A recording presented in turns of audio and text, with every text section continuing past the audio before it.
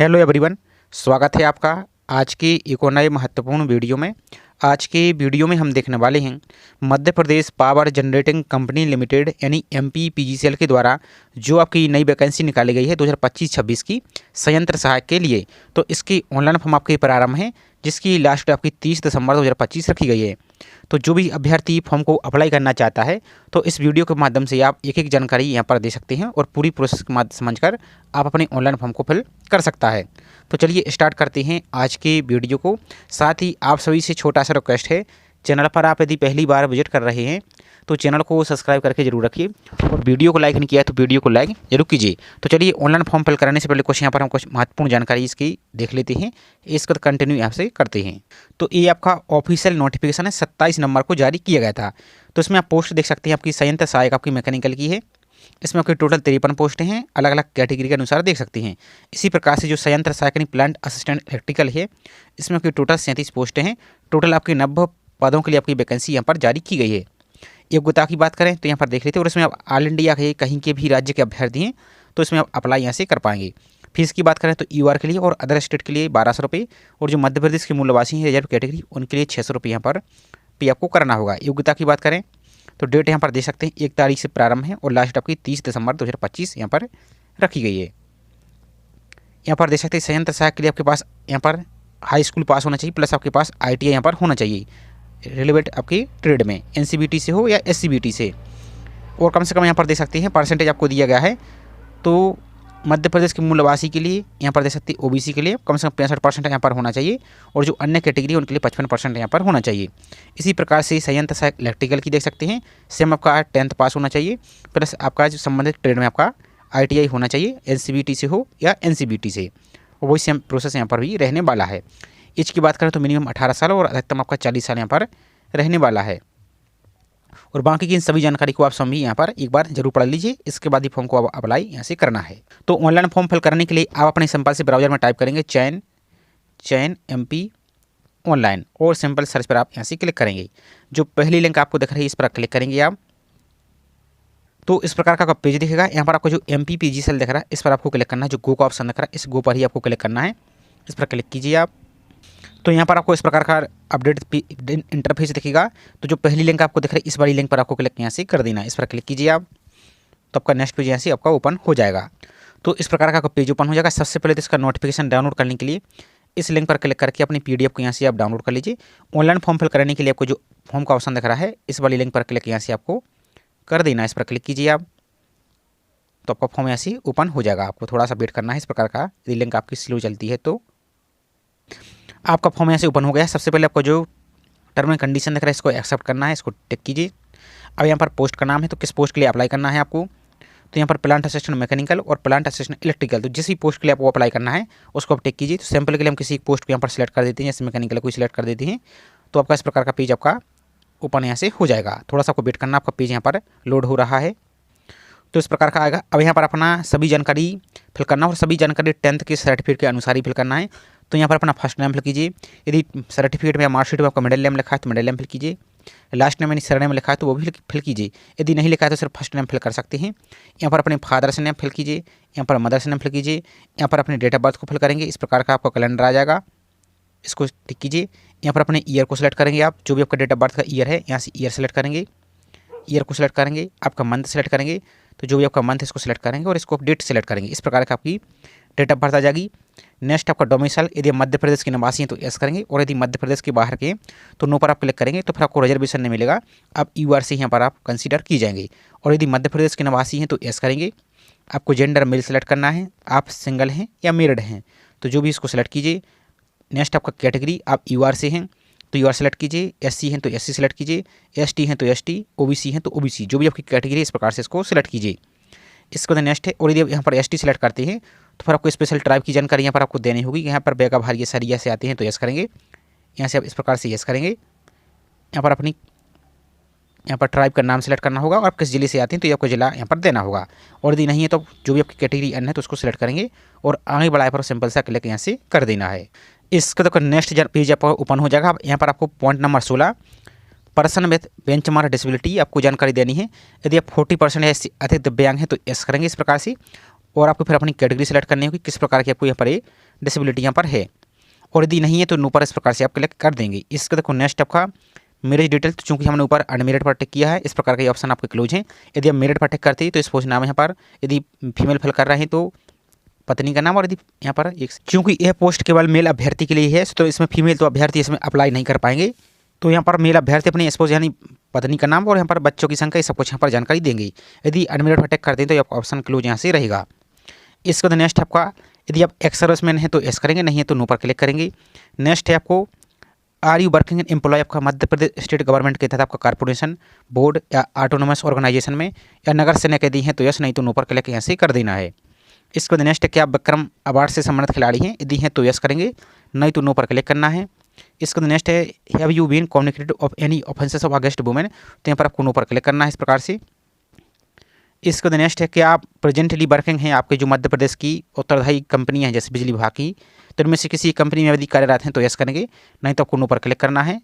तो ये point number 26 आपका ऑटोमेटिक क्लोज यहाँ से हो जाएगा। इसके बाद नेक्स्ट आपको एजुकेशन क्वालिफिकेशन की डिटेल्स फिल करनी है। तो सबसे पहले यहाँ पर 10th की जानकारी फिल करना है। पास्ट एग्जाम का नाम, तो यहाँ पर आप 10th फिल कर सकते हैं इस प्रकार से, आप इसको यहाँ पर 10th फिल कर सकते हैं, या चाहें तो इस प्रकार से आप हाई स्कूल इस प्रकार से भी लिख सकते हैं, कोई यहाँ पर समस्या नहीं है। सब्जेक्ट तो यानी सब्जेक्ट पर क्लिक करना है। पासिंग ईयर, आपने 10th किस वर्ष पास किया वो यहाँ पर फिल करेंगे। अपनी बोर्ड या यूनिवर्सिटी का नाम, तो जैसे एमपी बोर्ड के हैं आप तो एमपी बोर्ड भोपाल इस प्रकार से फिल करेंगे, या आप अदर स्टेट बोर्ड या सीबीएसई बोर्ड जो भी आपकी बोर्ड है वो फिल करेंगे।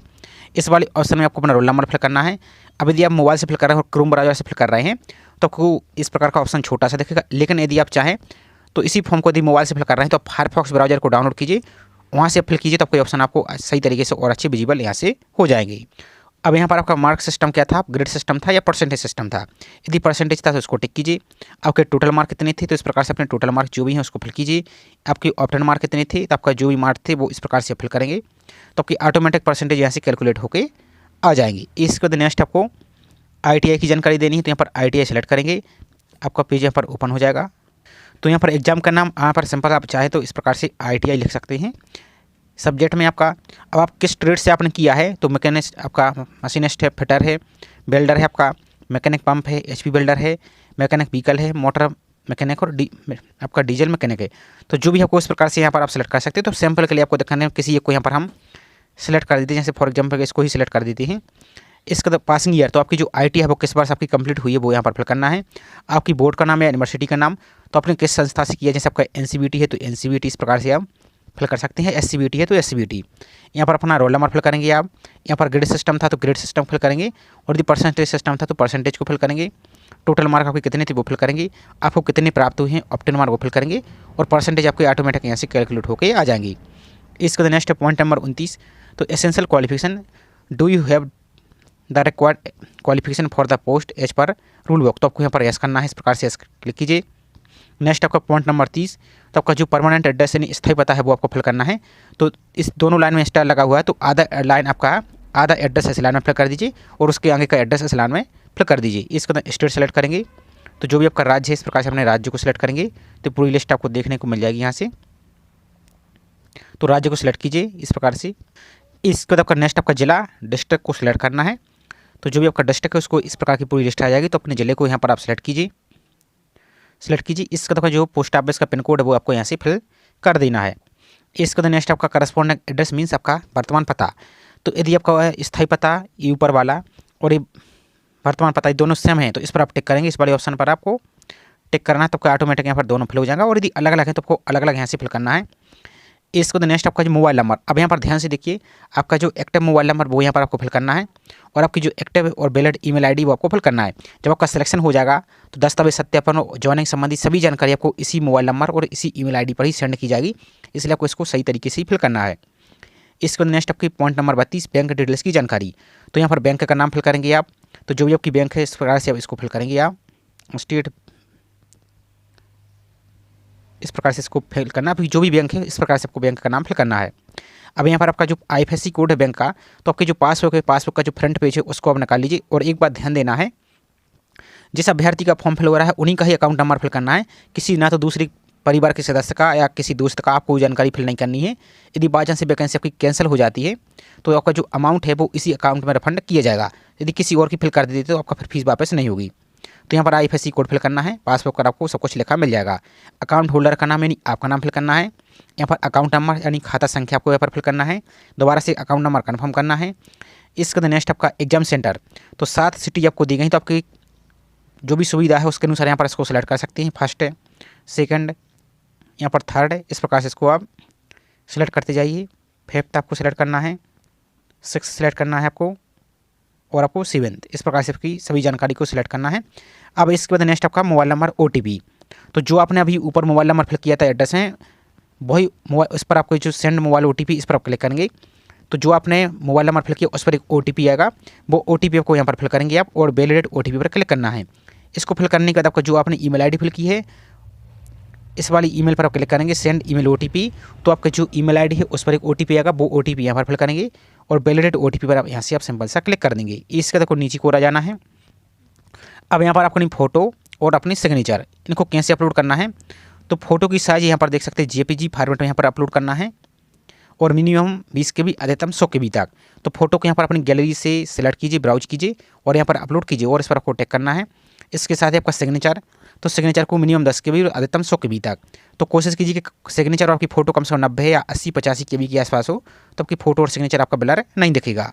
अब एक बात ध्यान दीजिए, आप जैसे ही सिग्नेचर या इमेज को अपलोड करते हैं, तो यहाँ पर देखिए फॉर्मेट आपका JPG है, तो यहाँ पर ग्रीन टिक दिख रहा है, और यहाँ पर देखिए इन ब्लड साइज, चूँकि यहाँ पर 100 KB तक है, तो जैसे हमने फॉर एग्जाम्पल 123 यहाँ पर KB अपलोड है, तो आपकी फ़ोटो अपलोड नहीं होगी, तो 100 KB से आपकी कम यहाँ पर रहे, तो इस प्रकार की आपकी फ़ोटो दिखेगी, इसी प्रकार से आपका सिग्नेचर दिखेगा। इन दोनों को यहाँ पर आपको टिक करेंगे। अब जिसके लिए फ़ोटो और सिग्नेचर को रिसर्च करने में समस्या आ रही है, तो MPPGCL से संबंधित हमने एक सेपरेट वीडियो ही बनाया है, उसमें हमने आपको फ़ोटो और सिग्नेचर रिसर्च करने का पूरा प्रोसेस बताया, तो उसकी लिंक आपको हम डिस्क्रिप्शन में दे देंगे, ताकि उसको देखकर अपनी फ़ोटो और सिग्नेचर को अपलोड यहाँ से कर पाएंगे। और उसके बाद आपको जो घोषणा दिख रहा है, इसको आपको यहाँ पर टिक करना है, डिक्लेरेशन को टिक कीजिए, इस कैप्चा को यहाँ पर फिल कीजिए, और आगे बढ़ा पर को सिंपल सा क्लिक यहाँ से कर देना है। तो जैसे हम नेक्स्ट पर क्लिक कर देते हैं, तो नेक्स्ट पर क्लिक करने के बाद सबसे ऊपर की ओर देखिए, आपको एक एप्लीकेशन नंबर प्राप्त होगा, उसका पहले स्क्रीनशॉट ले लीजिए, उसको नोट कर लीजिए, और उसके बाद आपको नीचे को आना है। तो अब देखिए रिजर्वेशन वाले कैटेगरी से अप्लाई कर रहे हैं, तो आपका जो जाति प्रमाण पत्र है वो आपको यहाँ पर अपलोड करना होगा। यहाँ पर सिलेक्ट कीजिए गैलरी से, और अपलोड पर क्लिक कीजिए, तो अपलोड हो जाएगा। इसी प्रकार से मध्य प्रदेश के जो निवासी हैं, आपका निवास प्रमाण पत्र भी अपलोड करना होगा, तो गैलरी से सिलेक्ट कीजिए और अपलोड वाले ऑप्शन पर क्लिक कीजिए। अब ध्यान दीजिए, इसकी साइज आपको विथ आपको 700 से 800 आपको रख देना है चौड़ाई, और हाइट इसकी 400 से लेकर 950 रख देना है, और JPG फॉर्मेट आपको 150 KB तक ही अपलोड करना है। अब यदि इसको भी रिसर्च करने में समस्या आ रही है आपको अपलोड करने में, तो जो लिंक आपको अपने डिस्क्रिप्शन में दी है वीडियो की, फोटो सिग्नेचर के साथ डॉक्यूमेंट की, तो उसको देख सकते हैं, उसमें पूरी प्रोसेस आपको बताइए।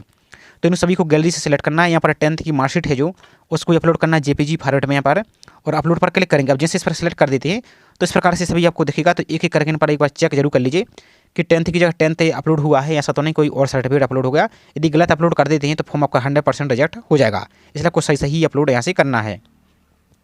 इसके साथ आपका जो एसेंशियल क्वालिफिकेशन है वो आपको 500 KB तक आपको PDF में बना के अपलोड करना है। तो आपका जो ITI की मार्कशीट है और सर्टिफिकेट है, उन दोनों की कंबाइंड PDF बनाइए 500 KB तक, और गैलरी से सिलेक्ट कीजिए अपने फाइल मैनेजर से, और यहाँ पर अपलोड कीजिए, और इसे अपलोड पर क्लिक करना है, और डाउनलोड सर्टिफिकेट का जो ऑप्शन दिख रहा है इस पर क्लिक करके एक बार चेक जरूर कर लीजिए कि सही अपलोड हुआ है, या कोई और डॉक्यूमेंट आपको अपलोड तो नहीं होगा। यदि ऐसा है तो आपको फॉर्म रिजेक्ट होने की संभावना है।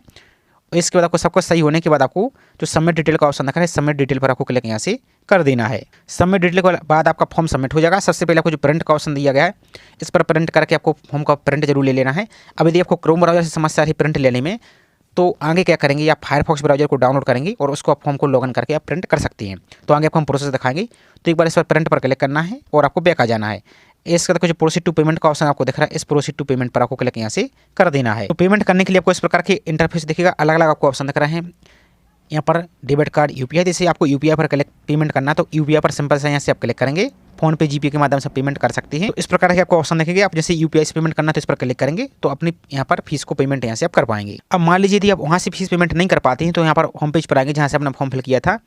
अब यहाँ पर आपको एक ऑप्शन दिख रहा है, pay for unpaid application form on and download duplicate receipt.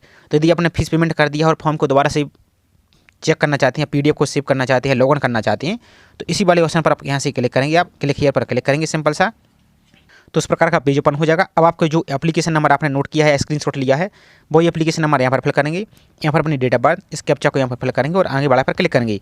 यदि आपने पेमेंट नहीं किया है तो आपको पेमेंट करने के लिए ऑप्शन दिखेगा, और यदि आपने फीस पेमेंट कर दिया है तो आपको भुगतान दिखेगा, QR कोड वगैरह दिखेगा, ट्रांजेक्शन ID दिखेगी, तो उसका आपको प्रिंट ले लेना है। अब यदि आप क्रोम ब्राउजर से मोबाइल से फिल कर रहे हो, प्रिंट लेने में समस्या आ रही है तो यही प्रोसेस आप क्या कीजिए, गूगल प्ले स्टोर में जाइए, फायरफॉक्स ब्राउज़र को डाउनलोड कीजिए और इससे इसको लॉगिन कीजिए, तो आपका फॉर्म 100% PDF आपकी सेव हो जाएगी। उसकी हार्ड कॉपी भी जरूर प्रिंट निकाल के रख लीजिए और PDF को भी सेव करके रखिए। तो छोटी सी इन्फॉर्मेशन थी, आई होप जानकारी आपको पसंद आई होगी। जानकारी पसंद आई हो तो वीडियो को लाइक कीजिए और चैनल को सब्सक्राइब नहीं किया तो चैनल को सब्सक्राइब करके जरूर रखिए इसी प्रकार की रेगुलर अपडेट पाने के लिए। तो चलिए मिलते हैं इसी तरीके से एक और नई जानकारी के साथ। जय हिंद।